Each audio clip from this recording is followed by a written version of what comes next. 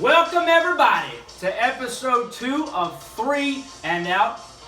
I'm with my co-host Eric Woolman. I'm Marco Barron, and today we have a very special guest for you. He's on the line right now. He's from all the way in Stamford, Connecticut. Big ups to CJ Middlestack. Give him a round of applause. Give him a round of applause. CJ. Thank you. It is such a pleasure to be part of this program. Wonderful, wonderful. CJ, we are so happy to have you on the show in what is the second show. And again, we said this last week. Thank you for joining the Hank Fraley League. You saved us because we had a last-minute cancellation. And sure enough, what happens with our league now, this Mansion League that we're going to run down for you folks, we have another last-minute cancellation. What are your thoughts on that? Well, I mean, I have no problem with someone backing out of the league in, say, February.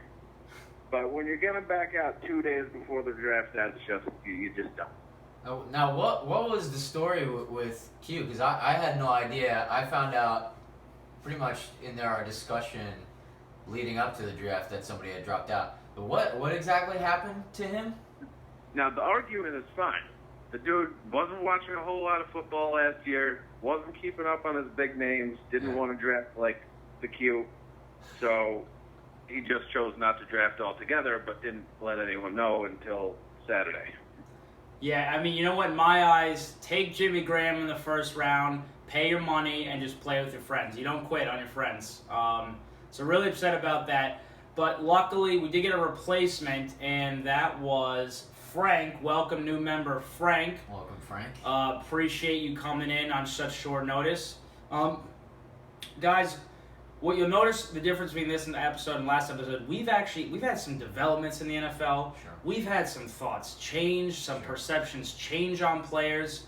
So this is the best information we got right now. I mean, if anything, these should be the best drafts that we're producing. If you haven't had your drafts yet, good for you, because a lot of stuff has happened in the last week. And I think ideally with your draft, you want to draft after week 3 of the preseason, because that's like the last game where all the big-time guys are actually playing, so you get the best idea of what's going on with the teams after week 3. So we do have some new information and everything to get into today. It should be interesting. Absolutely correct. So, Siege, we got you on the show, and I'm going to pull up the draft results from Hank Fraley right now. In my mind, this was a tale of two leagues. I mean, I really thought, I wasn't terribly impressed with Hank Fraley. I think you heard that, and I hope to God I did not hurt those beautiful feelings of yours. But you came out swinging in this Mansion League.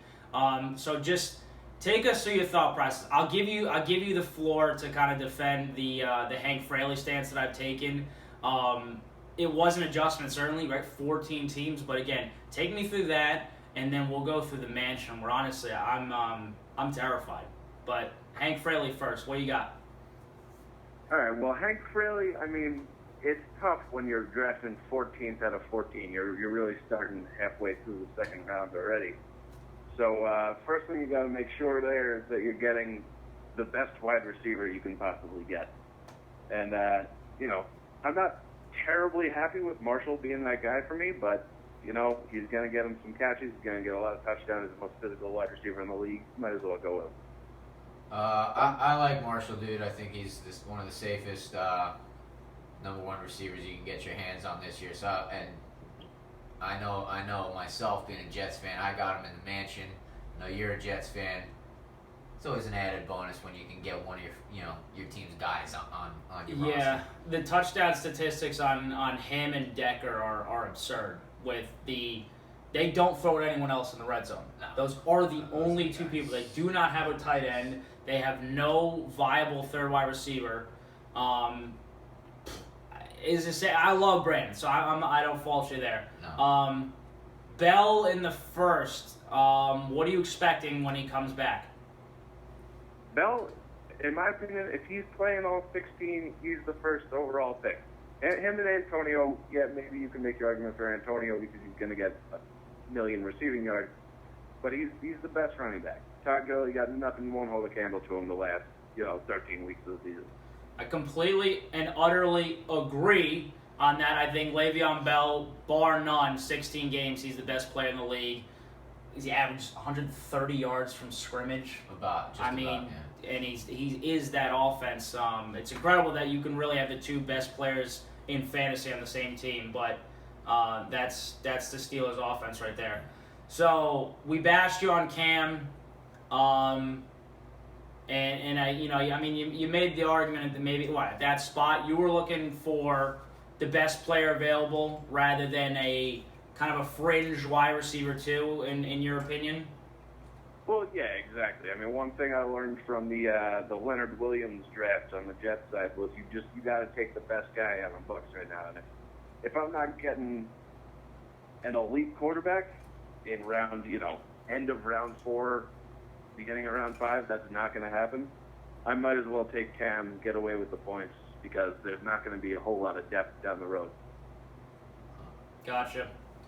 Okay, I mean, listen, I'm looking down. Honestly, like my thought process, I really thought like it struck me as a team I didn't like at first, but I really like the way you ended your draft. I mean, everything from.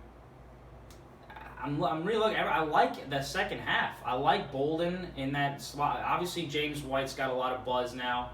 Jared Cook has, in the last week. Yeah, I mentioned Jared Cook to you back in the Hank draft. I think he could have a lot of value this year. I think. He's playing with Rodgers. Rodgers is the first good quarterback I think he's ever played with. Yeah. His whole career. They've always said he's athletic. He can move.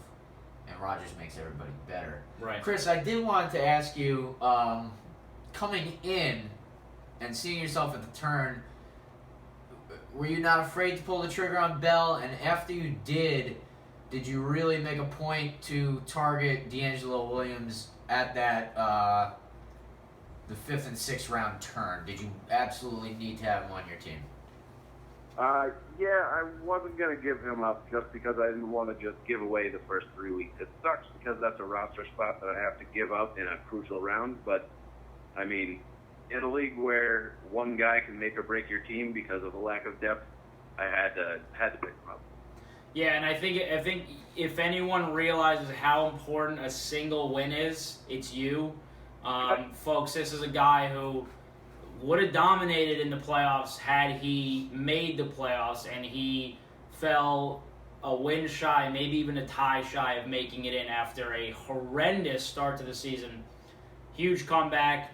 It didn't work out, and and unfortunately, Imtaz took the whole thing. And I don't think anyone wants to see him win. No offense, but we want to see Mansioneers win this thing, and I don't know if we've had enough Mansioneers. Chris, who won? I know Predator has won. I know Imtaz has won. Have we had a Mansion champion? We had first year we did it. It was me. It was your boy. Oh my God! When they went out in a row. Yes, that was a 6-man league back then, right? That was a 6-man league. The old 6-man. I won a few of those too. No. To his credit, that was a 12-man. I'm honestly blank. It's been so long. I think this league has been started ever since your junior year of college. Yeah. Yeah, so we've been at it for a while. It's got some history. I just feel like, honestly, lately we've been underrepresented in the winner's circle. So I'm looking to get back there. So either way, listen, it's 14 teams. I'm honestly not as sour as I was before, especially with Cook creeping up my draft board. And you know what? Especially with Dorial Green Beckham creeping up my draft board. You think so? Has your perception of him changed at all in the last week? I mean, I stayed away from him the past few years. The dude's an animal, but you're not an animal if you don't have the right coaching. And I'm not sure if Philly is the place you go for the right coaching, but he's got a couple of years under his belt now, so he's probably going to get at some point. I mean, here's where I'm coming from, folks. Zach Ertz, I like Zach Ertz, but I think he's still going to give you the boring 900 yards, and he's not an end zone guy. So I was assuming he gets 900 yards, and I think that's could even be aggressive. You got Jordan Matthews, is going to give you 1,000, maybe 1,100. Someone else has to catch the ball, and it's not going to be Nelson Aguilar. It's not going to be Ruben Randle already got cut. I just feel like a big red zone target like him, I don't know. I'm optimistic. I feel like maybe it's not right away. Good. If any success, I see him more as an up and down guy, Okay. where you can't really nail down which week he's going to do great. I mean, but at that point in the draft, round 12. Yeah, I think the only other thing I would say is I think the Eagles have looked really good in preseason. They were to me they were carving up some defenses. I think Ryan Matthews has looked good. I think just Sam Bradford looks a lot better. So it strikes me as a name right now. Like I like it. It's a good late round flash, especially for 14 teams. So something for your back pocket is like a last round pick, maybe a second last round pick. But listen, folks, we're here to talk about the Mansion tonight, which is, again, this other storied league that we have full of college folks.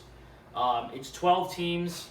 It's half-point PPR. It's basically the entire same settings of Hank Fraley. It's just 2 less people. So these rosters are going to be a little more stacked, and the decisions become, I would say, easier for the first 6 rounds. Sure. 14 team really stretches you out then. Yes. All right, so let's get right into it. Although before I do get into it, we got to say goodbye. We do have to say goodbye. Do have to say goodbye. It's been a pleasure having you on, Siege. Thanks for being on the show with us. And hopefully... one little man. And Steve, I we're gonna run down your team as we go. May call back if we're feeling froggy, but most likely not. No. Appreciate the time, and tune in when this episode is released. We love you. Thank you. Yeah, thank you. Deuces. All right, so we're getting into the Mansion draft now. Mansion draft. All right, overall impressions. What did you think? I was kind of terrified for the first 6 rounds. Like I said, I think everyone kind of stepped it up, but with that said, it's 12 less teams. It's kind of hard to make a mistake at that point. But I had a sense that I don't know. I felt like it went better than Hank Fraley. I feel like people kind of were really on top of their stuff. Yeah, for me, I would agree. Yeah, we saw more of what I thought would be happening in the 2 drafts this year. Running back slid a lot. What jumped out at me right away is we had Devontae Freeman, Eddie Lacy, Doug Martin, C.J. Anderson all slide to the 3rd round. Right. You can argue maybe 1 or 2 of those guys belongs in the 2nd. Right. But receivers generally went in bunches and they went early. And then the other thing is a lot of people played it real conservative with their quarterback. Right.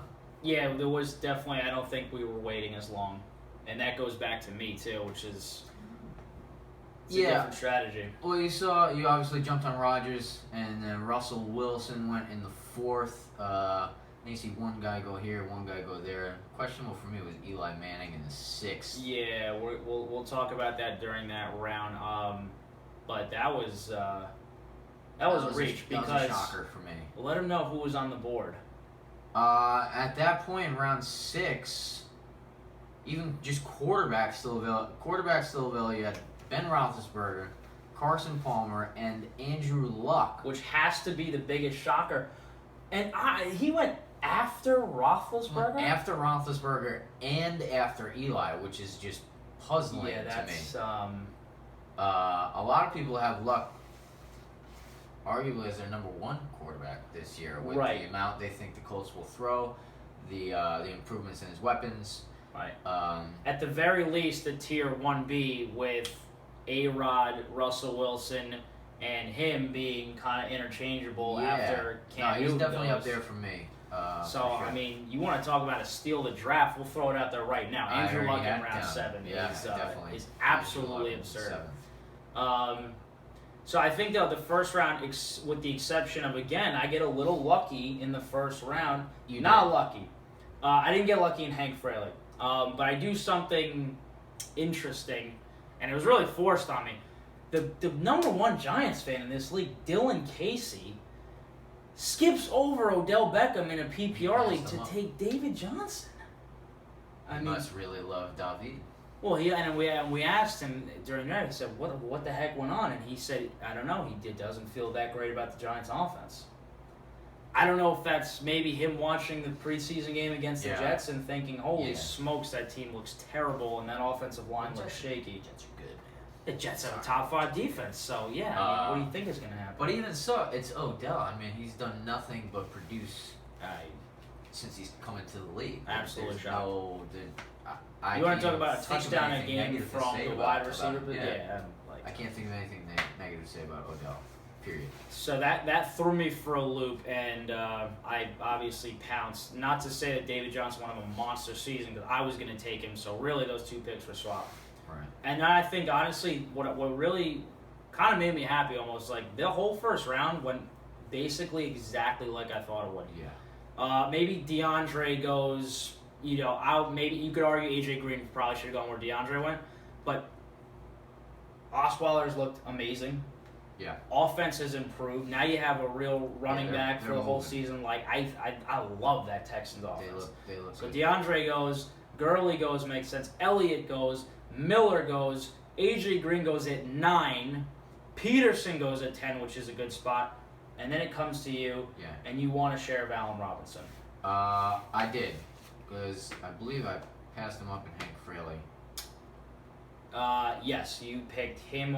You picked I Dez picked Dez. over him. I picked Dez. Right. Dez was still in my mind in this one, but Right. I wanted to diversify a little bit. Right. I also Gronk crept into my head too, but I felt really good taking Robinson, and then knowing coming back I'd still have a Marshall, a Dez, a Keenan Allen on the board, Right. and if I could pair those two, ideally I wanted Marshall, and that's who I landed. Right. That's what I got, and that was the basis for my team. So I was happy at Right. the turn there. Yeah, and that's I thought that was a great turn for you. That scared the crap out of me. As soon as that Yeah. second round ended, I said, okay, Eric's got the best team right now. Yeah. Did you have a feeling that Ben was gonna literally skip wide receiver? Because if you look at what just happened, he skips over a possible combination of Marshall and Dez Bryant, Yeah. which is I was Wow, I was that would worried be a he start. might do that, honestly, and pass up Gronk, right. and then I would kind of be forced into a situation where I'd have to take Gronk at the Right. 2.2. Yeah, you which have I would have to. been happy about. Right. But I've been happiest this offseason in mocks taking wide receivers early. I just agree. feel Yeah. at my positions in both drafts, that's just where Right. I think my final team looked the best when I'm taking the wide receivers early. Right. So yeah, but I'm glad he went Gronk and McCoy, which is a formidable duo. Yeah, it is. But it does handicap him as far as his receivers go, I would say. Right. So we'll check in on that as we move through. But I got that feeling right away. I was like, wow, no wide receivers 1 and 2. That's an interesting take right there. Yeah. He clearly loves McCoy. And he is And I think, banking on this dude as a top 3 I back. think it's fine to love McCoy this year too. Yeah. I mean, he was very good last year while healthy. Yeah. No Carlos Williams now. I get the love for it. You're hoping for a full season. Right. You're Yeah. hoping for a full season. Which is totally fair. And his numbers will be there in the end because if he's healthy, he's going to get the volume that the Bills want to give him. Right. I think it's a good setup for him. Tyrod can run, he can throw, so that adds a little extra dimension, opening room for McCoy. They can spread it out a little more Right. because of that. So I think it's a good setup for McCoy this year. Agreed. So then Bell goes. I think that was a great spot for him. Again, best player when on the field. And Mike Evans goes, and I gotta say, I'm not really that shocked anymore. He's creeping on my boards over the last week. He looks like locked in with Jameis right now. I saw He really in that does. last preseason game, I saw Winston just throw on a line a dart to him, and he just basically reached over his defender in front. The defender was in position. I think he just reached over, took it from him, and walked into the end zone. He does look good. He's does going to be a look good. problem this year. And I probably a week ago I would have told you you're insane for taking him over Keenan Allen, Yeah. but I don't know. I think Touchdown you're going to be his seeing touchdown ceiling. 14? 14. Ceiling Yeah. might be what Allen But Robinson Allen did Robinson last year, did maybe? easily. I mean, I find like this is a weekly line that we're looking at of 5 115 and a touchdown, which is exactly what he did in the preseason, that game. Yes. So he's doing that easy. I mean, he's going to average 20 yards a catch, something like that. So nice spot there for him. So Allen goes, Watkins goes in the middle of round 2 to Frank. No issues there.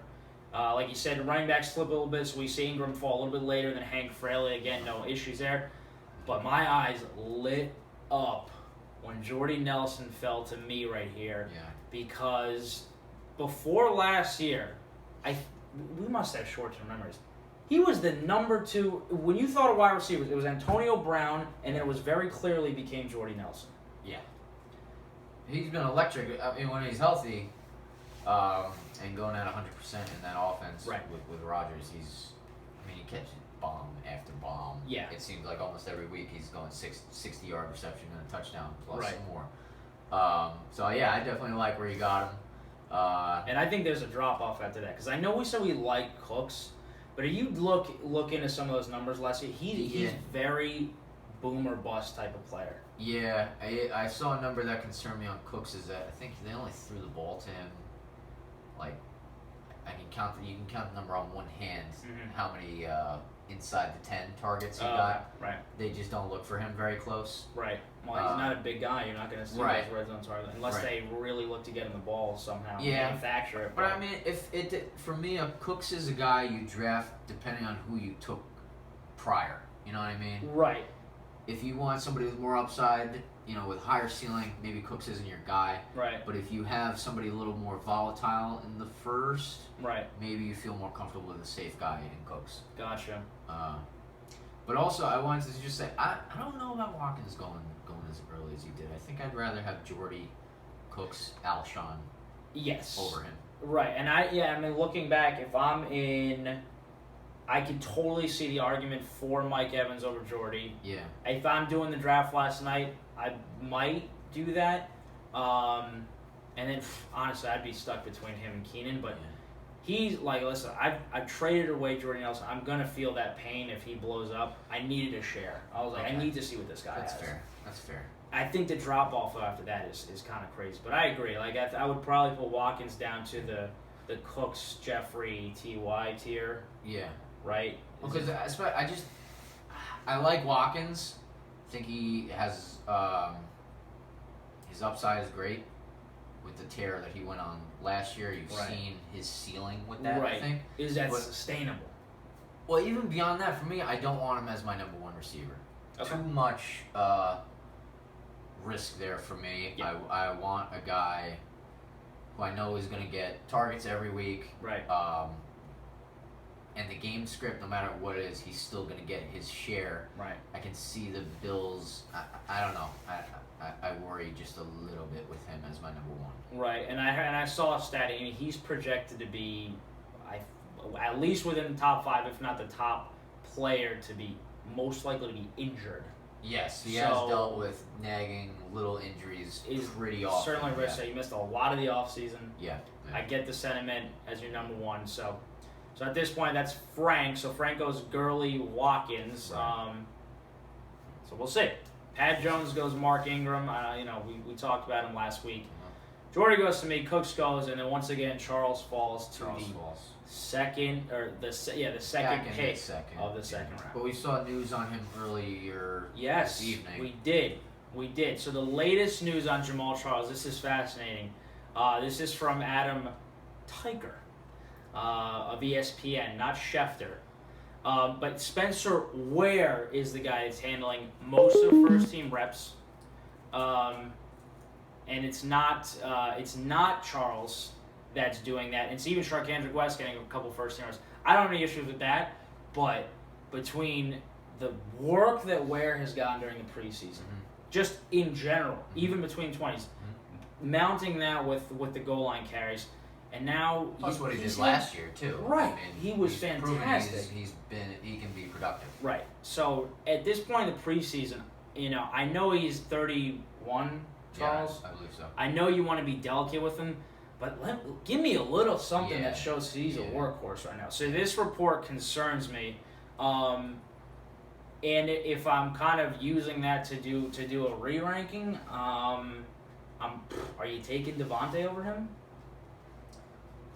Are you It would taking be C.J. tough. Anderson? It's like that's the thing. It's like we're saying, but then you look at who's left on the board, Right. and maybe it's I just think if you it have fell to to a certain point in the draft for me, right. I would pull the trigger. But at this point, I'm not touching Charles. Even though I said it was great last week, but with that news, it just doesn't. That doesn't Kind of did a inspire 180 there. a lot of confidence. But yeah, I think I let them both slide out of the second round for me. Okay, all right, I just like the value with receivers there better. right, gotcha. Okay, so the second, and then the last round is our CJ, our fearless guest, and he pairs Alshon Jeffrey with Antonio Brown. If the kid stays on the field, we know what can happen. Yeah. It's automatic wide receiver 1 numbers. It's can he stay on the field? Listen, it's your second wide receiver. I guess that No, I love you it. just go for I upside love at him that as a point. second receiver. Yeah, and absolutely. then he got Hilton as his number 3 Right, with the first pick and the third. I think that's a very formidable right. trio right there. That's a For badass trio right now.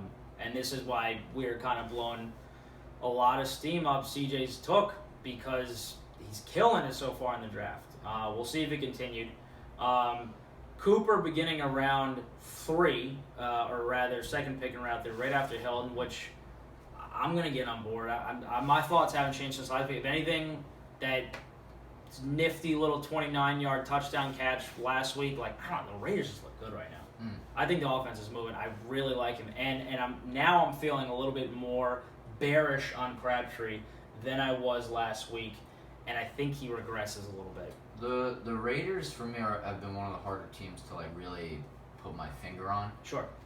Cooper included, Derek Carr included, Murray. Latavius Murray really included. Maybe it's just because of that stigma associated with the Raiders. Yeah. It very well could be that. There's always a stench there, and you haven't seen it before either. Yeah. Last So- year was really the first year where you saw multiple guys be steady fantasy contributors. Yeah, and I think it's a lot easier to try and make an argument for why someone's going to be good than to really come out there and say, no, I think this guy's going to be bad. Right. And you look a lot worse making a call on, man, that guy's going to suck. Yeah. And then he And then comes blows out up and in your just face. yeah. Yeah. Listen, you predict someone, the opposite way, it's we get it. Because But- everybody's great. At Exactly. the We beginning can of the make an year, argument for nothing's- every single nothing's person in this happening. draft. So, I want us to start thinking about that. Sure. Let's just be more aggressive with the guys we don't like this year. Sure. And Hilton, now I'm undecided because I'm hearing great things, but I don't know. Number 3, though, Love it. love it. Come on. Absolutely love it. Not complaining there. Okay, so Lacey goes to me, and I'm feeling great after 3 rounds, I must say. You love Lacey this year. I really do. I really do. And I agree. I didn't realize, but you have the Nelson and Lacey combo. Which so now concerns me. Does it concern you? Or is it like a bonus point thing? I don't know. I mean, what was it, like 2 years ago the Packers had that record-setting offense? Or the year before? I mean, for a few years strong, they were Yeah, you got to think cruising. in the same year, 2 years ago when Lacey was a monster, I think he was like top 5 in running backs, 13 touchdowns, something like that. I believe Jordy Nelson also had a monster year. And Cobb had his best year in 2014. Correct. as well. He caught double-digit touchdowns. Double-digit touchdowns. Yeah, so he was fantastic. So we love this offense this year. And when Lacey fell to me, especially like I didn't want Devontae, so seeing him fall right Now, to me. if Lacey had gotten picked right before you, so you would have had on your board Freeman looking at you, would you have pulled the trigger? Honestly, no. I would have picked Jarvis Landry. I would have gone Landry or Demarius, not Macklin, maybe even Cobb. You like Doug Martin better than Freeman? No. No? I'm gonna come out and say right now, I'm getting sour on him with each passing You day. don't like Martin? Sims is going up in my book, Uh-huh. and Martin's coming down. Why is that? I'm getting this feeling right in the old gut Yeah. that just says something's gonna happen. It's so how can I bank on injury? I have no facts to support that statement. Right. But I'm just not. I don't feel Not that for the great little about bad it. juju coming out of Doug Martin. I just don't. I'm not with him right now. Okay. I understand that. So I don't know. I understand That's a call I could be completely wrong on, but I'm gonna go with what we said. I'm gonna be aggressive here. I'm gonna say don't really like Martin. I think the spot's fine though. I just wouldn't have. Yeah, If you're asking oh. the question, I'm saying. I think he got good value on Martin. Right. But For sure. I wasn't interested in there. My eyes lit up when Lacey fell to me, honestly. Yeah. I think it was good for you. I think Lacey, that was a good spot there. And Right. now you have 2 wide receiver ones Yeah. and an RB1, a lower end RB1. hope. You're hoping. I'm Yeah, hoping. You're hoping. We're thinking. How does he not come back to running back one form? He lost weight. He looks great. Starks has Yeah. always been there. He was there that year too. Like No, they want him to be the guy. Right. They want him to be the guy, and they'll give him every chance that Right. that they can to let him do that. Right. But let's move on. Let's move on. Yes. Past Lacey. Exactly. We've had enough of that. Landry goes again, and this is what I'm saying. These first round, nothing's really that shocking me. Landry goes, we like. Anderson, we made an argument for. Mhm. Martin goes to Martin. Gary, in towards the back of round 3. He's picking 8 Yeah. at that point. Macklin goes in round 3. Yeah. I've seen him kind of up and down, just because I think some people just love the athleticism and the floor that he provides. I don't know if he's supposed to get better. No, Is there I anyone don't else? think so. I think you're paying for consistency with Macklin, and Right. it feels like a safe guy to have on Yeah. your team. I think I can make the argument for, though, I'd want Cobb over him, Yes. and I'm going to say Moncrief. Yeah. I really like Moncrief this year.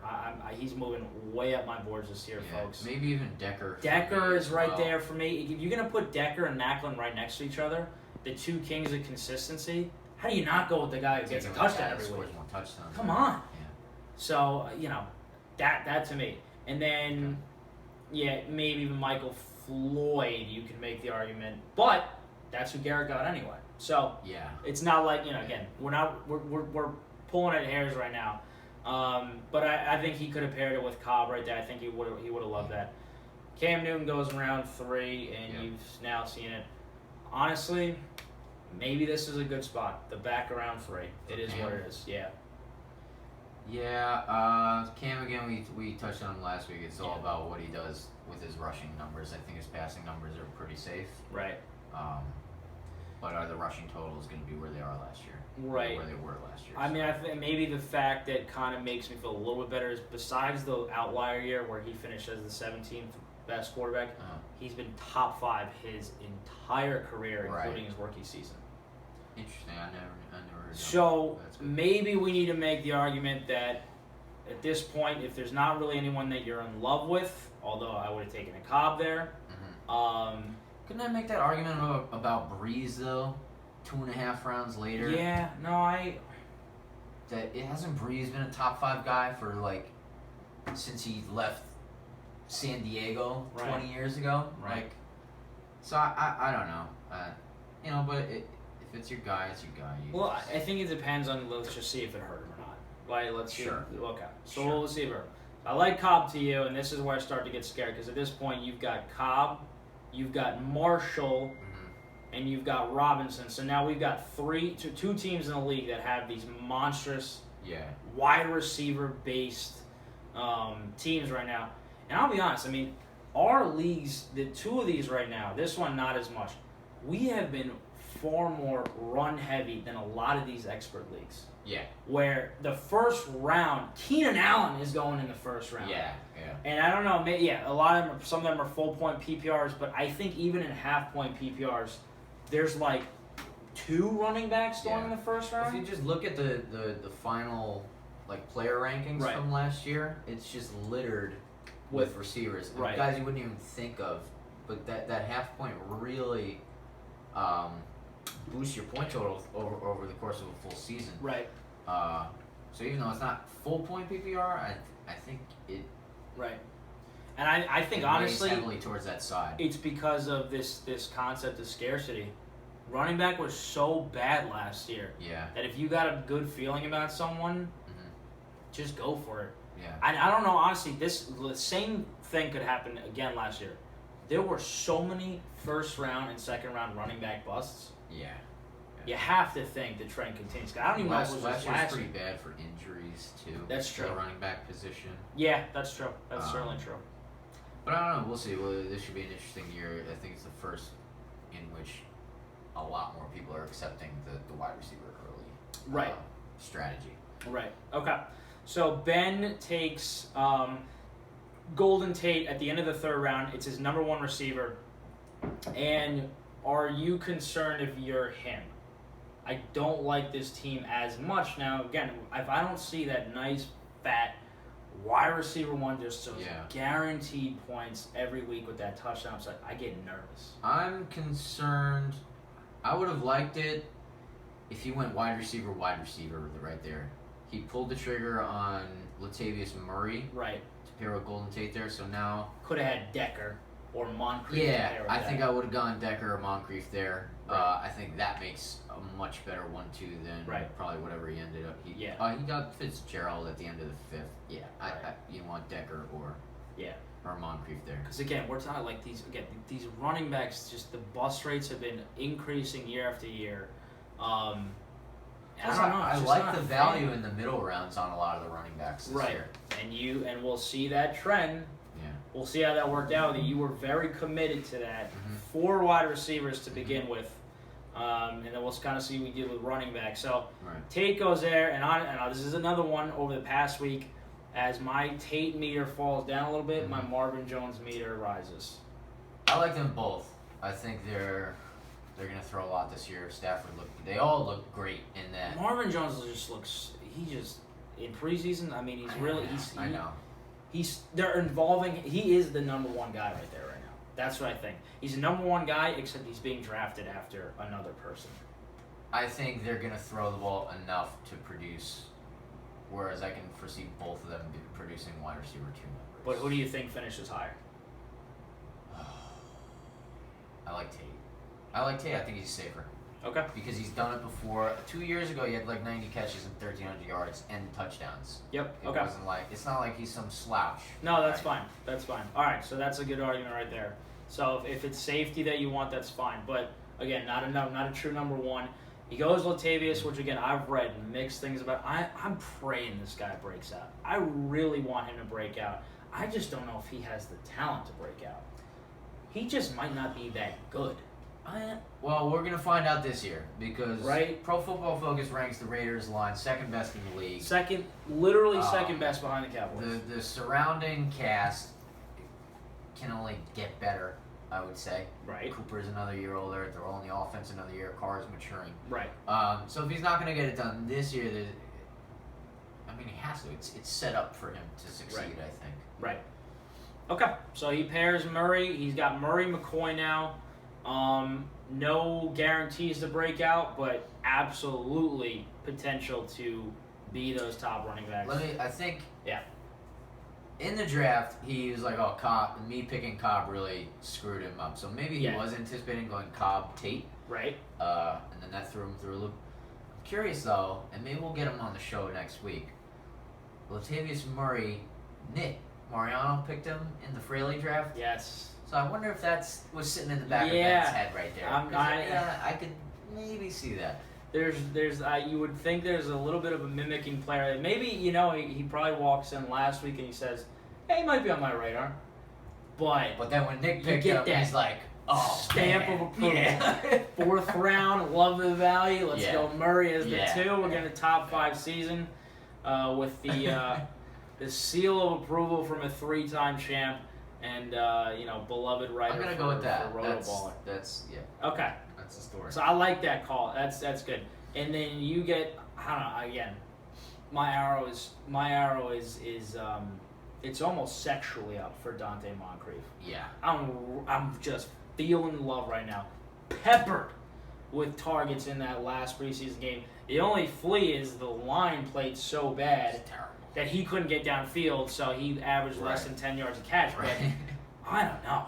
I don't look at this guy as just like, he's a possession receiver, have a nice season. No, I think he's breaking out. Yeah. And I think we saw that in the making last year, even before he got hurt. Yeah. Or before the luck went down. But yeah, I was very, very happy he landed there to me, taking him as my 4th receiver. is. I couldn't be happy. To have I think Moncrief, all 4 of my guys yeah. have potential to finish in the top 12 Right. receivers. Call it top 10. Call it top 10. Call it top 5. Call it top 5. It's aggressive, but call it top 5. You really don't know. Book it. Book it. That's a hot take right there. Moncrief top 5. So then Spencer goes back to Hill, and mind you, he's now has Peterson and Dez. Then he goes Cam, so he's going boom, boom, boom, 3 different positions. Okay. Now he goes back to the well on Hill, and he pays sticker price and then some, or just sticker price. I guess I've seen him going into 5th most of the time. You look at the running back landscape, like you can make the argument why he would go over some of these guys. I agree. So it's just sticker price, I think. I There's no agree. value like in Hank Fraley where he went No, round. 5th. I think Nick got him in the 5th. Fifth, Middle of a the 14. 14 teamer, right? Right. I think 5th round, you're getting him at a good value. 4th round, you're paying Full price, right? Full price for Yeah. Hill. And I want to take a couple seconds to talk about this guy too. Another guy for me, where the scale has tipped a little bit. I think you like him. I think you love the touchdown upside. Another 13 touchdowns is basically everyone's prediction. Yeah. However, to me, with no Eifert, with a question mark at number 2, because LaFell has a broken hand and he's just not good. I mean, Brandon LaFell is just not that talented of a player. He's better than me, barely, but he's not that good in the realm of things.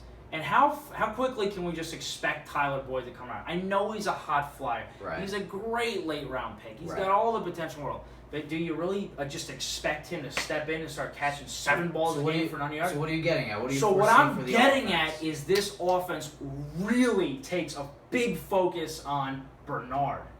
He steps on. He averages over a yard more per carry than this guy. Right. Well, he's always been the more efficient back. And I just think that you're gonna I don't know. I think they're gonna pepper him with especially the pass targets. I think after the season that he had last year, and the season that Hill had last year, you start to see who's good and you start to see who's not. Gio's just a better running back. You have to get that guy on the field. All right. At the same time, Cincinnati was a very good team last year. Okay. They were. I think they were.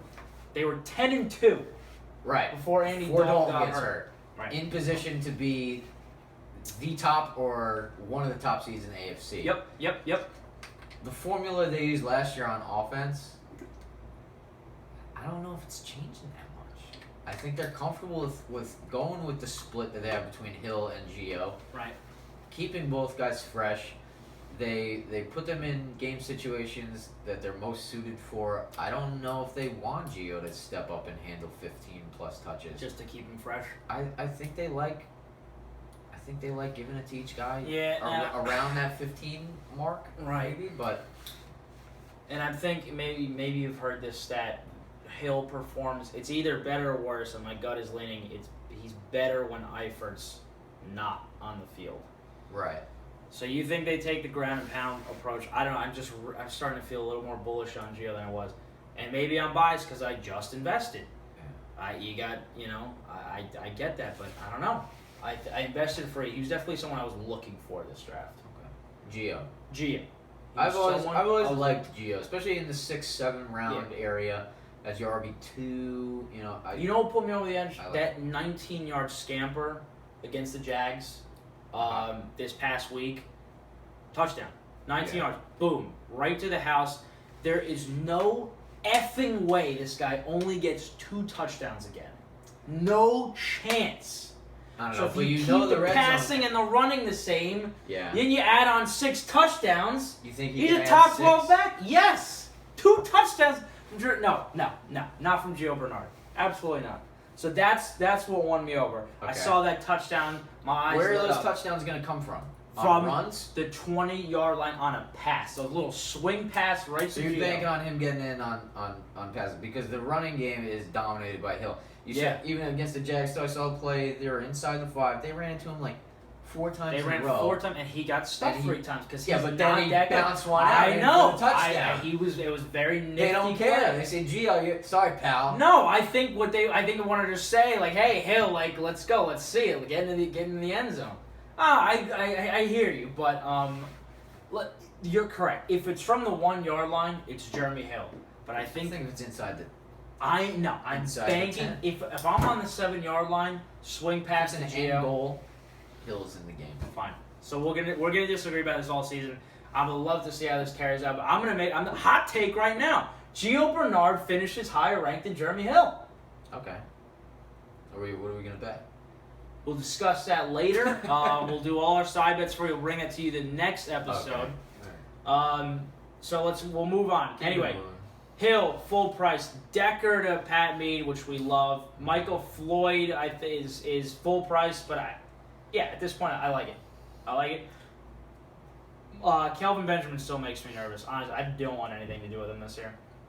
Not in the 4th round. There's Not in the still 4th some round. guys that I'd prefer over him. Right. Yeah. Doug Baldwin, I think we both are liking more and more. I think the hate has to stop. I mean, he was a monster for a reason. Yeah. It was not a fluke. Even with the Some touchdown regression, right. I mean, he was the number 2 receiver after week 9. Yeah. That's how good he and Russell Wilson were. Russell Wilson looks amazing during the preseason. They look so in sync. I don't think that team struggles on offense for that long like they did last year. No. So I like ball. And then all of a sudden, your boy's computer freezes. I don't know, it was sitting on my lap, it overheated. I'm going back and forth between Excel, nothing's happening. I get a call from this gentleman, I hang up because I'm freaking out. And all of a sudden it comes back with 25 seconds left.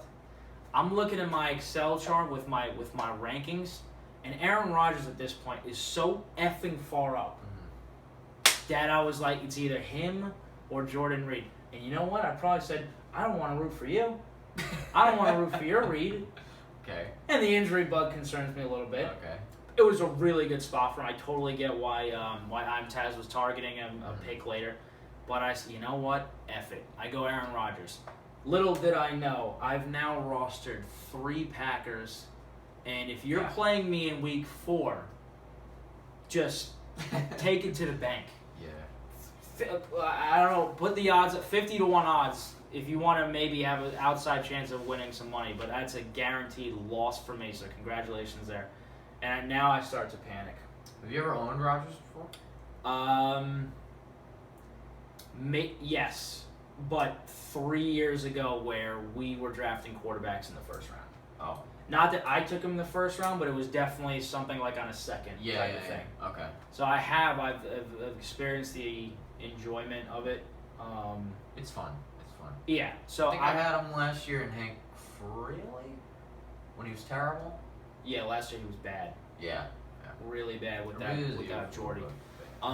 So I think, and the great Nick Mariano said this, he thinks that Rodgers is going to come back, and the perception of his game last year, you fell off. He's going to come back with such a fury that he's going to have an FU season where he drops 50 touchdowns a la Brady and a la Peyton. Well, I think last year, too, obviously no Jordy. Right. Number 1 receiver. Cobb was hurt. No, I read the report today. Cobb said he was hurt with a shoulder injury all year. He couldn't lift weights. Couldn't he was even lift weak. weights. Right. And he's come back. He's 100% this year. 100%. Stronger than last year. Yeah. They had Jared Cook, who I think is an upgrade over Rodgers, Rashard Rodgers. Yeah, he had an okay season. Yeah, but he's not athletic. He's like that plodding. Yeah, he's guy. plotting guy. He's Yeah. very thick. Just a Very round, thick like guy. Yeah. Not Yeah. I agree. Yeah. Anyway, upgrade Jared Cook. Cobb's healthy. Jordy's back. Lacey's fit. Like this has the looks of Nintendo offense. Yeah. So honestly, I was really if you had asked me the second I ended my draft, I went to bed in tears, borderline tears. I was complaining to my wife how I blew this thing. But then I woke up this morning. Yeah. I felt a little bit better. I wasn't freaking out that much because I felt like my wide receiver 3 is horrible. But the fact that I have the 1-2 pairing, I have the best quarterback in the league, possibly. Yeah. I have a better than average tight end. I'm feeling okay. Feeling okay. Right? So, anyway, I go Rodgers. It's a different strategy from what we talked about a week ago, Mm-hmm. where we're like, if you even drafted a quarterback, you're a moron. Yeah. You should just string. There's a treasure chest. And this is a 12-teamer, which means there's going to be even better quarterbacks on the wire. Maybe, I don't know. Maybe I wanted to try something else. A little different. I know I did with Rodgers because in another league, I took Wilson over him. Yeah. But, I mean, if Rodgers has the season that we're saying he could possibly have, his ceiling, Right. close to 5,000 yards, Then, 40 then touchdowns, it's a good pick there. then it's a good pick. Plus, you know, he always throws in a few rushing yards, maybe even a rushing Right. TD here and there. Right. So that could be a pick Yeah. that could It's a pick bring that's you somewhere. not going to kill me. And I mean, look who's coming off after. Besides Reed, which you could absolutely make an argument for. Matt Forte, we're going to talk about him for a second. I'm not that high on him anymore. Jeremy Langford. I love the move as a round Jets 4. fan. Yeah. But I really think what the Jets want to do this year is continue to throw the ball a ton. Right. Their line still isn't very good. They lost Brickshaw Ferguson in retirement. They brought in Clady, Right. the former All-Pro Bronco. That's right. But he is, I don't know the last time he's been on the field. I think he No, missed I don't- all of last I don't- year. I don't Maybe think played so. the year before. Yeah. But the line's not great. I think they still want to keep it very spread out. Right. Throw the ball a lot, which means a lot of Powell. I think it's Bilal Powell that takes I think a huge Forte step gets a forward lot this of year. catches too, but I think they could put them both on the same field a lot at the same Yeah, time. yeah. I just don't see Forte's role being that of what it was in Chicago, Right. which is kind of what you want Right. from him at that spot. I Yeah. think.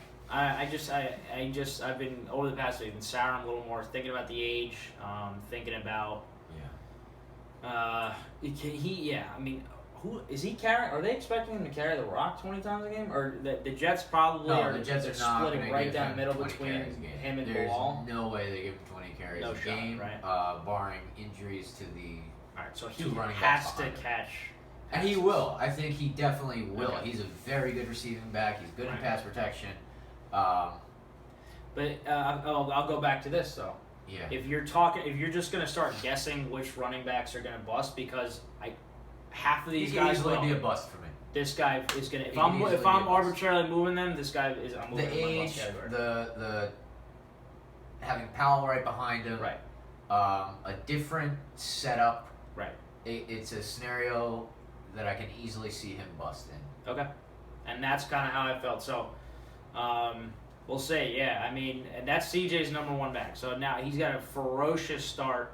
But then he supplements it with Jeremy Langford.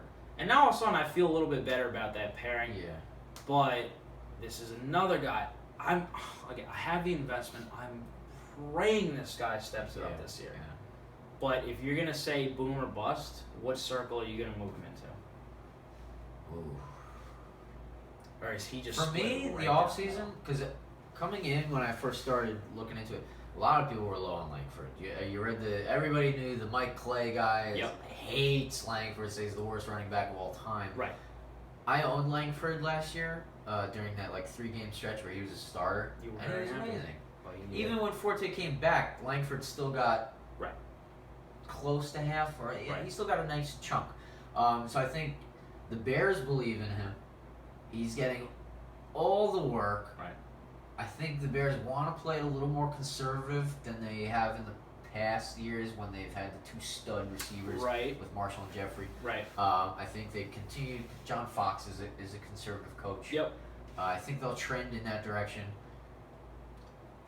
And I'm okay with Langford. I like. What is he? Langford. One of the 3, maybe 4 guys who will literally be on the field for 3 All downs. 3 downs. Yeah, that's rare. With that's what? very Jaquiz rare. Rogers and Kadeem Carey behind He him. might be the last I mean, 3 down come back on. on the board. And Jordan Howard is below the 3 of them. Yeah, no.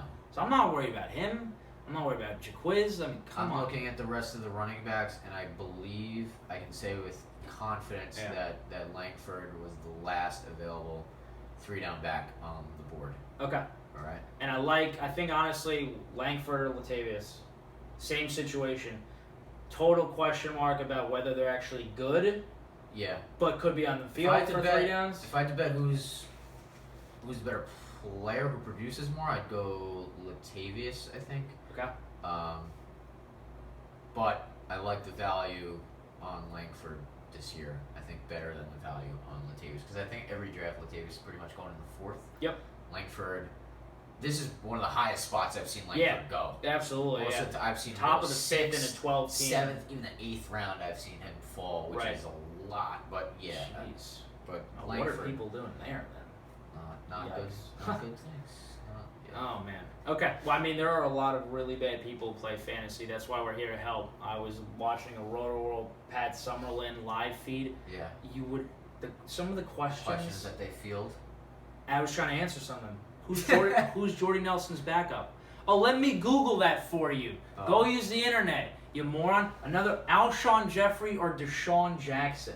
No. I wanted to break the keyboard over my head. I was so upset. I'm surprised people with that little knowledge are even All right. participating in something like that. So these are the people that are out there in the landscape. So again, when I say us as a group had a great draft, that's why. Because I know that there's people that are out there Yes. and that play on ESPN. So we'll keep it moving.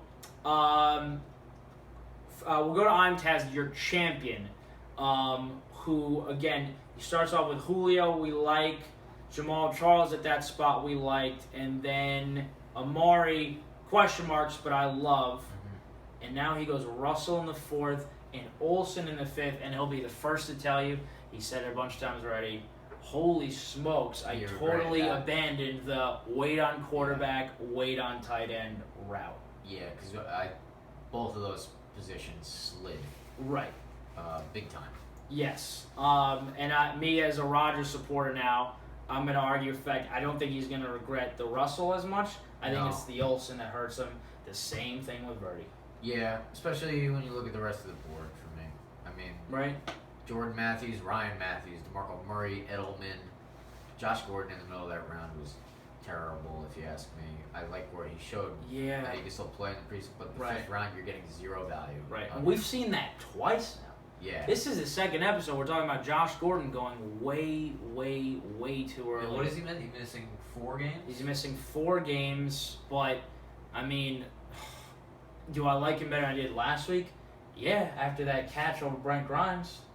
Yeah, absolutely. But the 5th round, you can't be paying No. sticker price like that because he No. would have came back free in the next round if you really wanted him. Yeah. I don't know. even Maybe at one of our league mates would come out and say, no, I would have taken him. that, taking him. I sure as heck wouldn't have. No, First I'm not time taking him. I start thinking about Josh Gordon is 7. 7.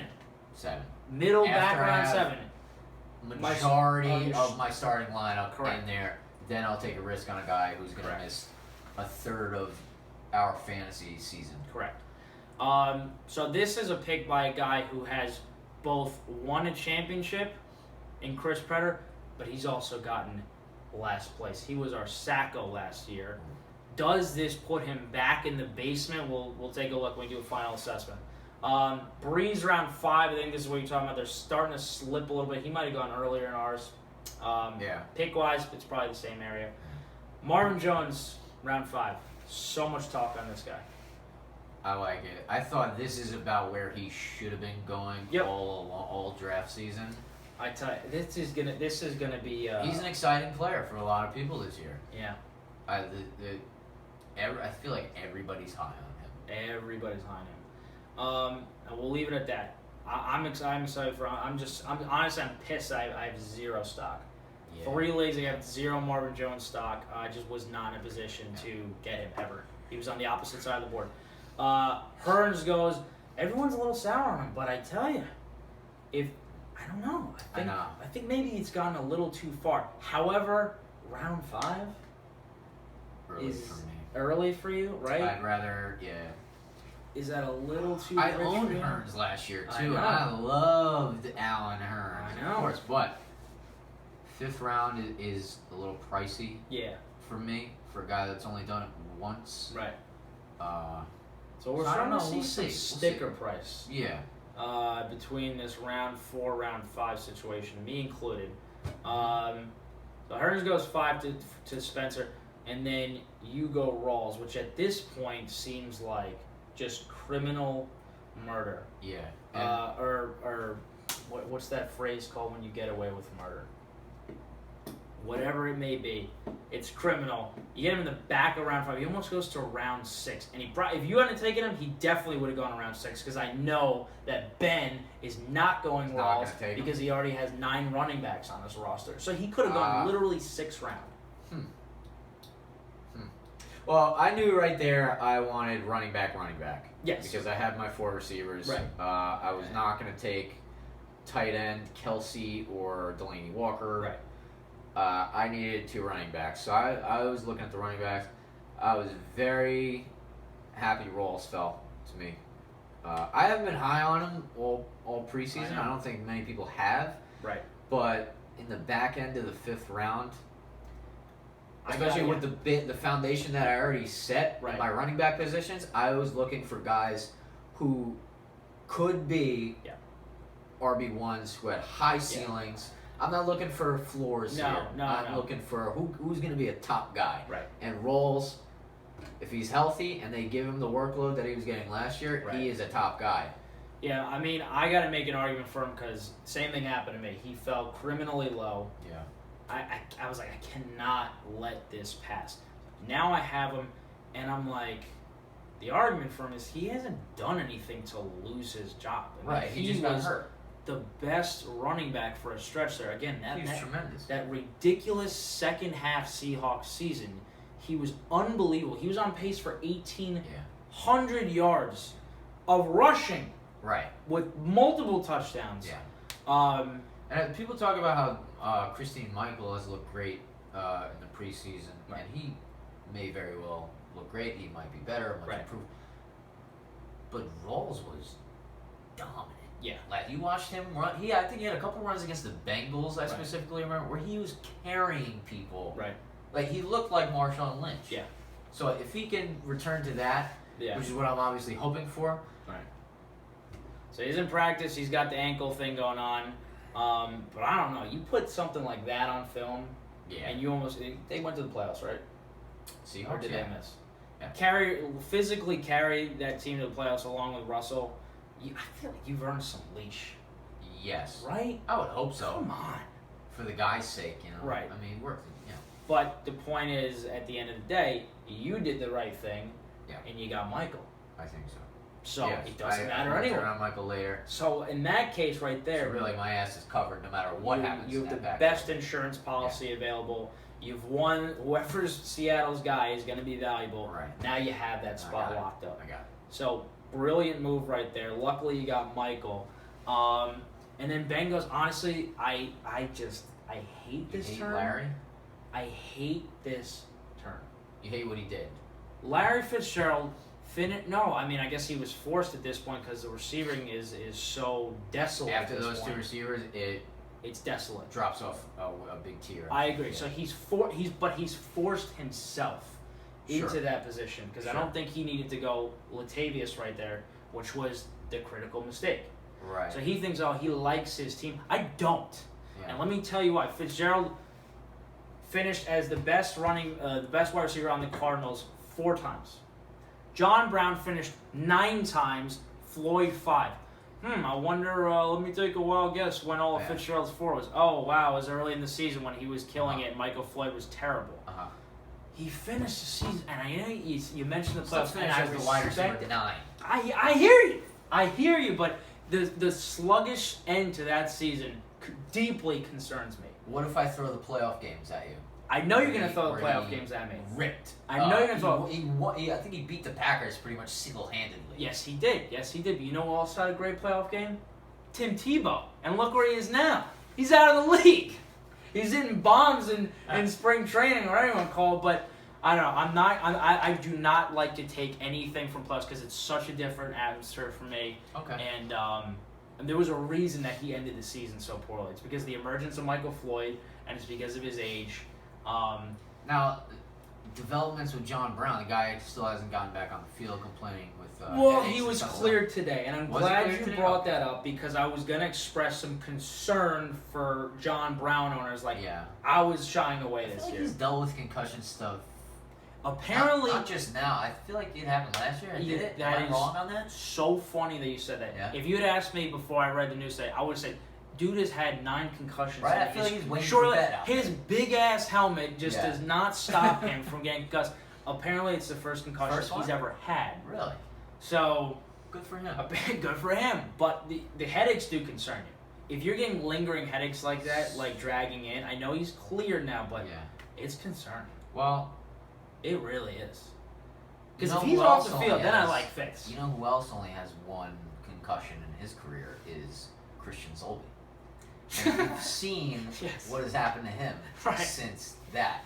So, you know, Drafts Gronk in the middle Food of for round thought. 1, and Food just for like, thought. oh my god, that's a fantastic Food for point. thought. Bulb, if you're watching, you know, it was a great hit. It was a really great. You took it like a man, but it's led to some complications, we'll say. So he goes Fitz, and then he goes Sanders. It's so funny. It's like I was complimenting Sanders again, but just knowing that your starting wide receiving core is Tate, Fitz, and Sanders in a 12-team league, yeah, it's I'm it hurts. deeply disturbed. It hurts. Deeply disturbed at this point for him. So I'm ripping that. But you're right. Everything after that is a colossal fall. Unless, can you make an argument John Brown over Emmanuel Sanders? I can. Yes. I I can can. make an argument for John Brown over Larry. Right. That's probably who should have done anyway.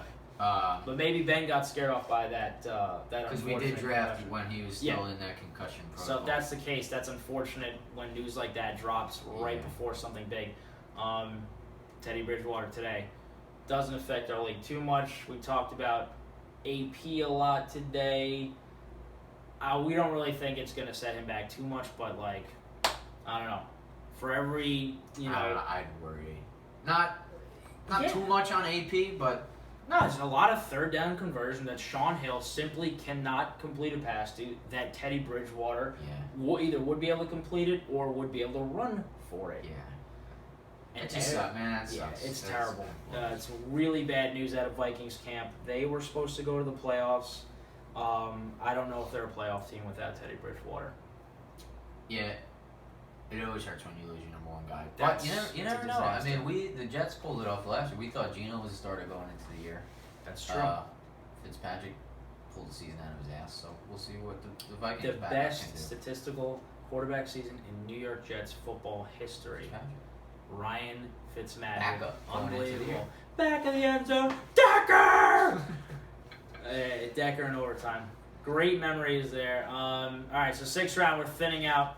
Sanders goes, and then you go Melvin Gordon, which we spent a lick of time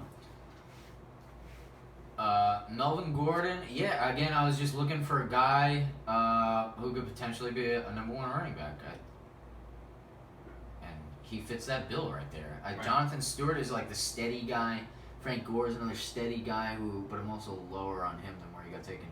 Foster has, I could have argued for Foster in the spot that I took him, but Right. I'll go Gordon, the younger guy. I think they're invested in him. Also, Yeah. I have Woodhead in Hank Yeah, Fraley. that's a good idea. So, you know what? Diversify your bomb. That's right. So, Woodhead bus. They want to run the ball. I got Gordon in this league. I'm happy either way, I Yeah. think. No, I like that. And he's probably gonna make me eat my words. All these latest reports now are like, Yeah, a lot of people are saying he looks great he now. ran a good again in this third Yeah. game. He just has this and that, the missed tackles. We'll see. I still think the Chargers line is pretty bad. Yeah, and I took Woodhead because of our conversation in my keeper league, Mhm. and now this is a situation. My Melvin's here, my Woodhead's coming down.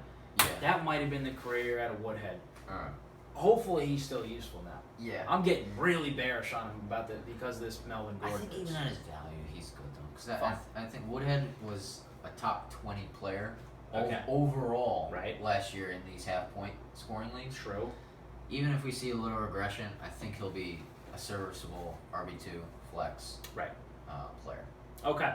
So similar to what we did episode 1. Again, thank you guys for staying in with us this long. Again, we could talk about this for 4 hours. We could go for a long time. But unfortunately, time is of the essence, and Daddy got to go to bed soon. So we're gonna wrap this up, and we'll do a quick team rundown. We'll do, Matt. I apologize for episode 1. We did not. Should we hit on that? Should we hit on quickly? Let's go back and hit on Matt. Oh man, you're right, because I felt. Who did him dirty, right? Or you did him dirty. That was your guy to review. My guy to review. And we had not touched on him like the entire show. No, I know. And so this Matt, we're sorry. We're sorry, yeah. man. We love you. I know. Where is he? What's his team name? He's Schmuck Hughes. Schmuck Hughes. One of the better names, I think. Okay. So Mansion folks, quick pause. We're talking about Matt Valla now from Hank Fraley. He picked at 4 overall. Yeah. The entire world thought he was going to pick DeAndre Hopkins. His boy. He makes the smart play. He goes David Johnson. Yes. Pairs it with Watkins and Hilton as your 1-2. Mm-hmm. We beat those 2 to death today. Mm-hmm. Let's keep going. I think we're fine.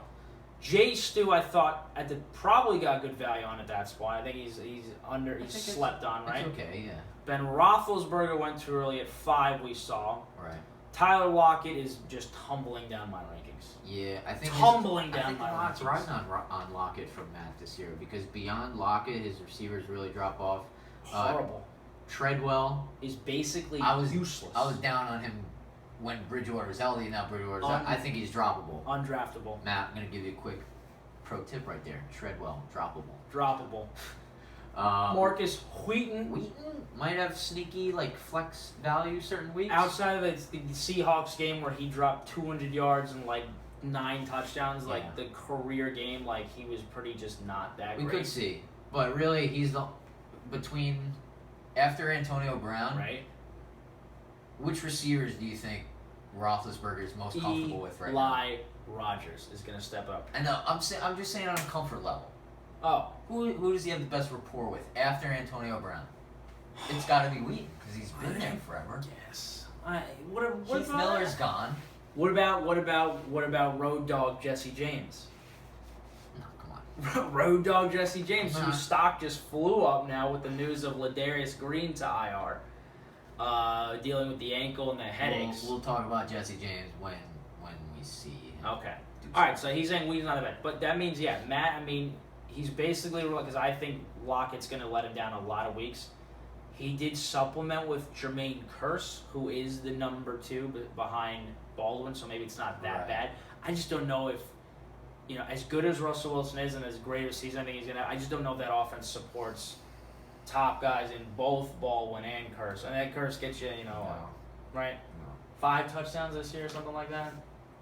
800 yards. I feel like he's been there for a while now. He's just done the same thing, if he was gonna, he would break already. out. I think he would already have done it. I think that's a fantastic point.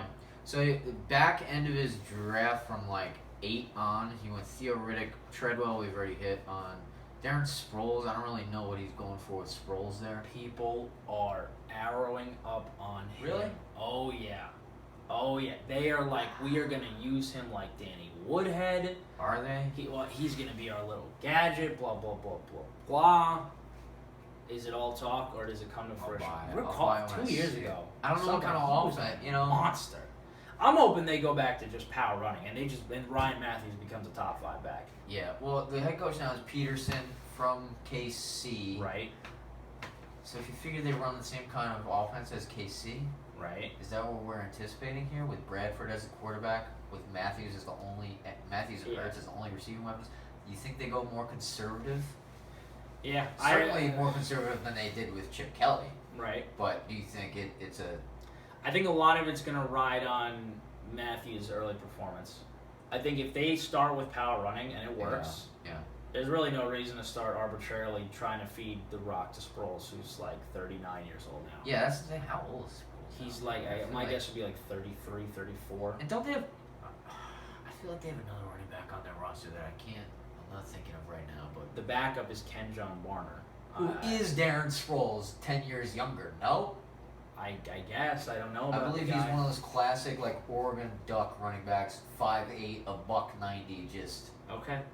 Is Darren Sproles. Okay. Well, we'll see. So we got question marks there, but at that spot, I like Sproles late for him. All right. Goes defense. Charles Clay doesn't do anything for me. Does nothing for me. completely. Especially limp when you on have that pick. Delaney Walker, who is mean- your tight end. I don't Yeah, feel just the need to draft a back. go upside, Matt. What were you thinking? He didn't go to Clemson. Right, no Clemson. So there's just nothing No there Clemson. for you. So really bad last couple picks. In an otherwise okay draft. Yao Yeah. loves it. First half, I think he did all right. I think he got guys at decent value, maybe paid market price for most of them. Right. Back end, I can't say I'm in love with. But we'll Yep. see how it works out. Matt's been doing better every year. He I think. really To has. his credit. He really has. Since coming in, he's improved. That's right. He was a playoff team last year. Yeah, he's improved. He was a every playoff year. team last year. I mean, well, I was a second last place team last year. So, I'm running my mouth, but this guy has he's shown the ability to grind out some playoff Sure. wins and stuff like that. So leave it at that. Matt, we apologize for not getting that last week. And there you go. There's your rundown. Back to the mansion again. Boom, boom, boom. Although we got to do everyone their due. Yeah. CJ drafted. We'll start with CJ. Drafted like 12 receivers. Yeah. If any one of I'm these okay with that. effing dudes blows up, he is going to be in the money We're after talking- he's already His top dominant 3 are star. great. Yeah. Crabtree is solid. I think Benjamin could have a big year. Sanu, Right. there's possibility. Crowell in the ninth, I like too. Yeah, that's good value. Nice value. Sharp in Tennessee, they're That's right. saying he might even get more looks this year than Rashard Matthews. There. That's He's correct. been playing His well. arrow. There you go. He's another last week. Taj Yeah. up, Rashard down. Yeah. And then Though I will say, I'll take a brief pause. I took Rashard consciously over Taj still. Why? Because Taj is 5'10", 190 pounds. yeah, And Rashard Matthews like what, 6'2", I think he's a bigger dude. 6'3"? Yeah, I think he's more that prototypical. If Yeah. Mariota's throwing a touchdown, I think it's either to Matthews or Delaney. All right, so CJ's team very good, Yep. strong. Yeah, really. He did a great job. He did a good job. Really nice He job. did a good job. He stepped up. I love the wide receiver heavy play right there, Yes. and I think he can certainly live with those running backs, especially because he got a pro out. Fuck, I didn't know he got Travis Benjamin in there too. Yeah. This is a nice team. And Taylor in the 12th. Yeah. Good Oh for you. man. Okay, so I'm scared of that team. I like that a lot. Go to your champ. I'm Tess. Okay. So, we went Julio, Charles. We talked about Charles. We touched on Charles again, right? Yeah. He backs it up with Cooper, Wilson, Olsen, Woodhead. I like this team. Yeah. He's got Woodhead as his 2 now, which I mean, in a 14 team, I'm comfortable with. Like, a little less comfortable Because with that. taking Olsen in the 12er? 5th puts you behind Right. in your wide receiver or running back department. But he has a couple high upside guys here in the middle. Right. For me, was Sterling Shepard, who I like. Yeah, I have to like it now. James White has some upside too, especially in the 8th round there. Right. If he's given the same, even a little less workload than what Deion Right. Lewis got last year, I think you get a lot of value out Right. of that. Kevin White has upside. And that's the price that you pay for That's Kevin the White. good price. for Round Kevin 9, Right. Birdie. Kevin White. Round 9. That's a good one. And then Dorsett, I think, can contribute even with Hilton and Moncrief healthy ahead of him. Yep. If one of those guys goes down, 3 wide receiver sets now. That's their default. I think Dorsett can be big time. Down go the 2 tight end sets from Yeah. years past, so I like that. Spencer Ware, I we love talked Ware. about. how And nice job. I mean, some experts will He actually say, handcuffed them. right, but some experts Yeah. will actually say, I think Scott Pianowski says, I love this. He says, I'm going to contradict myself a little bit because we talked about Michael, but he says, don't waste time handcuffing yourself. Handcuff the other a-hole Sure. and wait for their injury. So now you Yeah. double stack, Right. right? But I honestly, Ware to me is different, and Michael is too, because I feel like they're like plug Because and plays I right think now. Ware can contribute right Right away. now. Yeah. Ware can contribute right now. Sims can contribute right now. Michael can contribute right now. Right. Perfect flex plays. Right. So I like that. Okay. Howard, I don't really like because I think he's the 4th. Graham, that offense was terrible with him I'm on not the field. expecting anything. I this hope year. that he to God. I honestly, I don't wish death upon anyone. Right. I hope this kid gets hurt, gets off my field. Because Russell Wilson is the best quarterback in the effing league when Jimmy Graham's not on the Not field. on the field. That turnaround for him was insane. Yeah. But I mean, listen, Imtez always does a good job. He knows the player he wants. He knows the draft strategy. So I'm not surprised here. But again, Olsen causing some it's not the strongest wide receiver core you're going to see. No. And I don't think it's the strongest running back core you're going to No, see. well, because he called it himself. I think he said he went Yep. quarterback, tight end, 4-5, and that put him behind the 8 ball with the rest of the Right. positions. But let's keep going. Dill, last year's runner-up. Runner-up last year. I think he followed up that performance with a pretty solid team, if you ask me. We talked about Devonta Freeman, but as your number 2 running back, Right. you put yourself in a good spot. Like that, yeah. And you And go Cooks, Matthews, Lockett as your 1, even 2, his 3. receivers, yeah. And then a lot of people are high on Deshaun Jackson They this are. year too. Since last week, that's another. My arrow Yeah. is pointing So up. he's got behind those first 3 guys. He has Deshaun Jackson and Devin Funchess. One of the 2, I think, if not both, will definitely be contributors this Yep. year. Derrick Henry, we like. Derrick Henry, we like. Bilal Powell, Rivers, I think will Nice be a good value quarterback there. this year. Vance has probably the only San Francisco guy besides Hyde that has any sort of value. Yeah, Nice. right now that's the way Right. it looks for sure. And then kind of I hate Devontae Adams after last year, so just feel free to drop him. Yeah. But yeah, I think he did a good job. I Yeah. think, I mean, he certainly can repeat with this team. I really think it's going to depend on Cooks and Cooks, Lockett, and Jackson. I think are huge make or breaks for him. And you want me to run through you real quick? Run through me, Okay. because I was really upset I know last you night. were upset. You texted me, telling me I was in a heap. how you have the worst team, which I don't think is the case. I think you ended up all right. You've got a good stable of running backs. Your top 2 receivers are great. You're relying on Devontae Parker, just as I am, and Hank Fraley to be a To wide be receiver 3. 3. We talked about this earlier. We're a little worried Yeah. with him, but there's certainly upside, and we're praying. Right. Barnage, my boy, now he's your boy. That's right. Welcome to the club. That's right. I got it twice. I got him in keeper league too. I'm excited. That's I love great. me some Gary. You're gonna be happy. I can't be happy, Cam. Gary's good. Charles Sims, I think, is good there. He can contribute some points, even if he's not, even with Doug Martin playing. Right. Especially It's a if second flex. Especially if for they me. go to like some no huddle That's what I'm hoping. craziness, That's what I'm hoping. and they want Charles on the field. Yeah. We'll see how that develops. Matthews has upside. Fuller has upside. McKinnon obviously It's has. just the best cuff. Yeah. It's someone He's else's one of the cuff. It's best, the best sure. cuff. You got the Houston defense, and then you snatched Eli Rogers, the new number 3 receiver in Pittsburgh last. So I'll give you.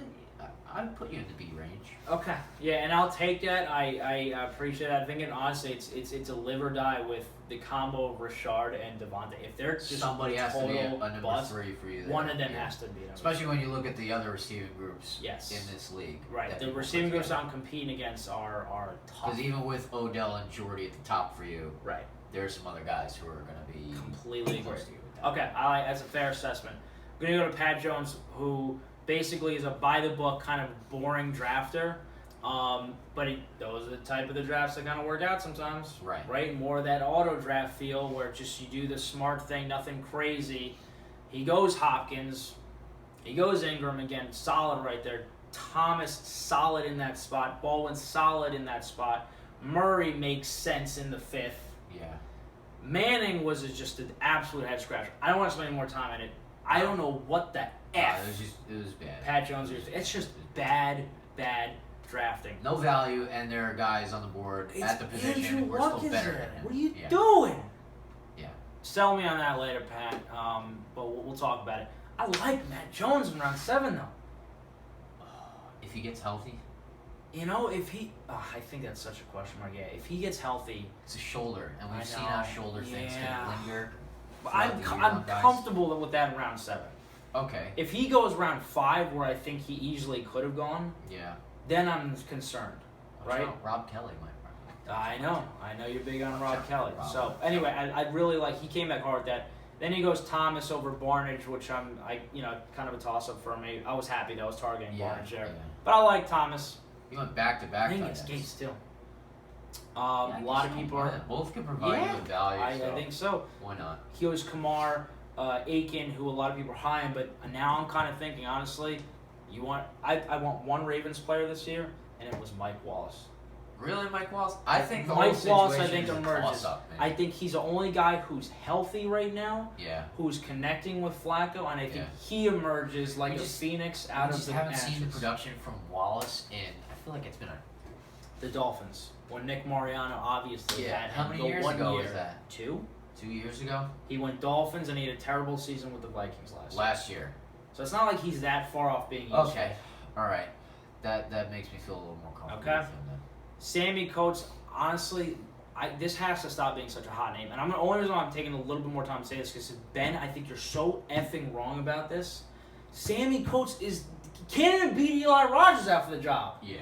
He just doesn't They look basically good. gave him the job. They said, here you go, kid. Even last year, they wanted him to play over Right. Marcus Wheaton, Right. I believe, And he still couldn't take the do it. job. So So I what don't the know. heck is inspiring so much confidence that you love Sammy Coates? Just I because just there was a don't lot see it. written about him earlier in the Good during the season, Lord. but Eli Rogers has taken. Kirk Cousins, second last round. Absolutely love that. Again, Yeah. this is where I start to feel butthurt about taking Aaron Rodgers in round 4, knowing that Kirk freaking Cousins, Yeah. who could Seeing easily... how long they lasted, I was upset Yeah, after I took Carson Palmer in the 8th, which I thought was great value for him. right. But yeah, and then afterward, but guys just slid all the way down. I was stupid to do that. Okay. I should have known that. Right. So really besides the head scratcher pick, I think he actually did a pretty good job. Yeah. Pat Jones. But again, there's going to be 6 top half teams, there's going to be 6 bottom halves. So let's start calling out the bad teams. And I think he's a bottom for the sole fact that I don't see too many guys on his team with the arrow pointing up. okay. It's either a neutral or they're going down. I think that's a good point. Okay. I just Good. don't see a lot of upside. Frank picking at 6 said he wasn't comfortable in that spot, which I get. But I don't know. To me, it's a little bit easier. You're not forced in anything. Guys kind of fall to you here and there. Yeah. If you're on that tail end and you want someone, you got to take him possibly 2 rounds earlier because he literally might not make it all the way back to you. I enjoyed the turn this year. I was at the turn in both leagues, so Right. I enjoyed it because I can kind of see who I'm going to pick. Right? You know what I mean? I have a better idea because knowing that there's only in this league there are only 2 picks in between my turns, Right. and then in the other league there are 4 picks, so you can kind of estimate who's going to be there for you, and that for me just makes it a lot easier as opposed to being in the middle.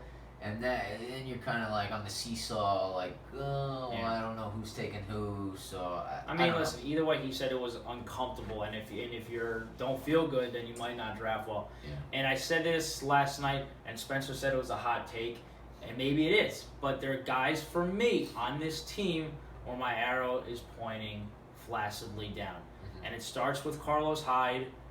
It keeps Might even going. start with Gurley for It's- me.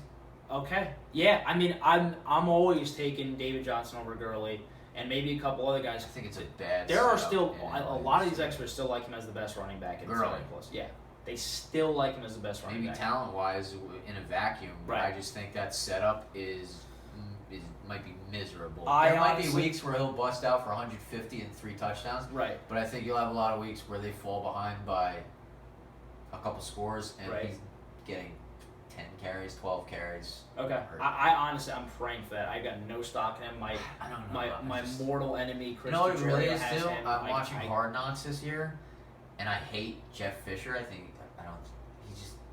I don't know. We I don't like him. No, I don't like the setup. I don't like Jared Goff. I don't like Case Keenum. Oh He my seems God. very doofy on that Yeah. show.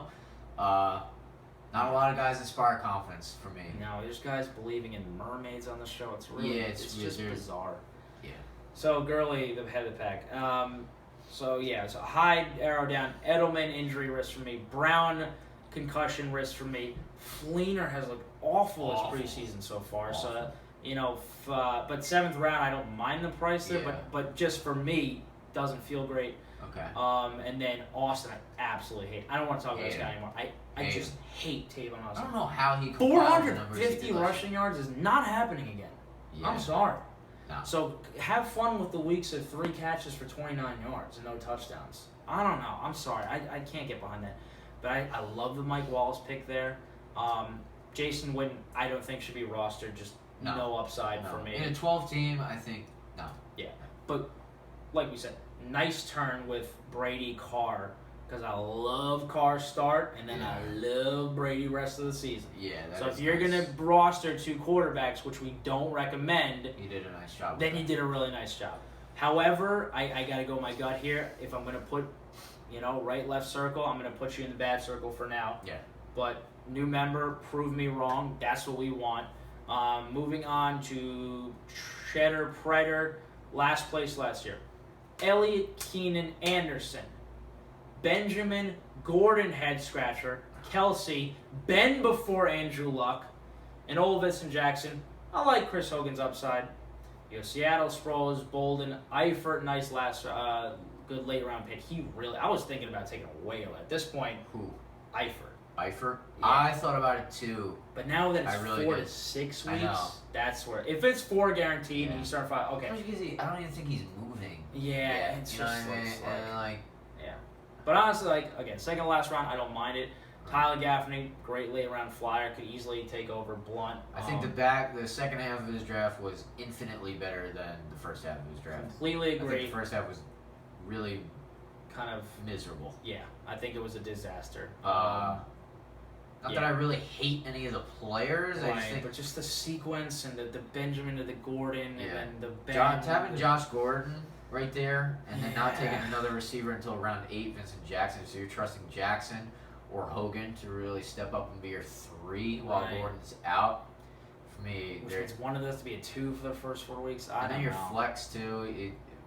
I think he's in a tough spot, especially Yeah. because he took Roethlisberger in the 7th too, so he couldn't fill out that spot at Right. that point either. I think he's gonna have to do some shuffling at the beginning of the year to stay competitive. So I agree. For me, he's in the back half. Okay, so we got. Right So what do we have right now? Really, really quick. So we had CJ top because let's just put it 6 and 6. Okay. CJ top half. I'm Taz. We'll say top half for now. Let's leave Dylan the fringe. We'll say top half. That's 3 already. I want to be optimistic and say I'm top half. That's 4 already. Okay. We're gonna start calling bad teams. But now you have Pat Jones bottom half, Frank bottom half, Predator bottom half. We're 4 and So 3 we've right now. evened it up almost. Okay. Year of the Jew. Year of the Jew, Garrett Einerman. Who works for Madison Square Garden or the NFL or something. Nice, very cool. Very cool, very knowledgeable sports guy. Probably the most knowledgeable sports guy in Interesting. the circle amongst us. Will be a fantastic guest. Can't wait. Can't wait to have lunch. Can he bring it in fantasy football though when it comes to picks? Take us down the roster. Ooh, overall impression, just skimming. I like it. Receivers could be a little weak because he's 3rd receiver, if I'm reading this correctly, is Torrey Smith. Yeah, that bothers me. And I don't even know if I probably would, but I think Torrey Smith could be found on the waiver wire at this point. I because really do too. He hasn't gotten the ball. Yeah, one Not even throwing it to him, literally 1 target and 0 catches. Garrett's during the terrible. season. Like, come on. Kaepernick's gonna. I think they cut him or do Yeah, something with him. that's a disaster. That everything is pointing down for me for Right. San Fran. I agree. But to go Lamar, Martin, Foster, Yeah, LeGarrette as your 1, 2, 3, 4 for backs. yeah. I like So those are his 2 backs, and But the wide receivers, I'm thinking- there's nothing behind Torrey Smith, and he's your 3. he's your 3. So Tyler Boyd. Right. I mean, I'm okay with that. Dotson, I think he's on the pup list. Yeah. He's gonna have to make some moves at receiver, definitely. Right. I think the wide receiver It's gonna- position it's is gonna hurt. concerning me It's enough gonna that hurt this him. is a bottom half team. We have to start 3 wide receivers. That's more than any other position. I think it hurts him because it Yeah. puts him way. I think he is the weakest receiving core out of anybody so far, Right. That is ugly. and that'll put you behind because your receivers, I feel like, are usually the ones who give you those monster weeks Yes. that can win you games too. Correct. So with Correct. Mike Evans can do that. Michael Floyd, how many times is he gonna win you a week? Right. Uh, I think that's such a good point. I think he'll be good, but I don't know that he's dropping. he doesn't have those takeover games. 152 because touchdowns. He's on just me. not the guy there. Correct. For me, Well said. you got to have at least one of those guys, if not 2 or 3. Okay. So to bottom really half, be a 4 great and team. 4 we're at now. Okay. So, Pat Mead has had success in the league. I think he might have won. Just a guy that you don't like as a fantasy player. He's a good person, I Yeah. guess. He just grinds your gears though in fantasy. Okay. You know, with the name Baby, and Baby. that bothers me. Yeah. The logo bothers me, and then I don't know. Really I gets want to you. I want him to lose. I'll Okay. leave it at that. It's a great rivalry that will. I don't know if What do you think about those this desires are going to come true. I think he's got a good team. team? I think he does. And I think Even taking Le'Veon Bell there, you no, he did a great job. yeah. Look at that receiver core. I know the receivers are great. Green, Mac, Decker, Jones in your flex. I don't think they're as great as mine, but they are very good. They're Really above like average. that. Yeah.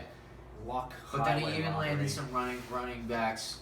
Gore I don't love, but yeah, landing Luck there is Right. great.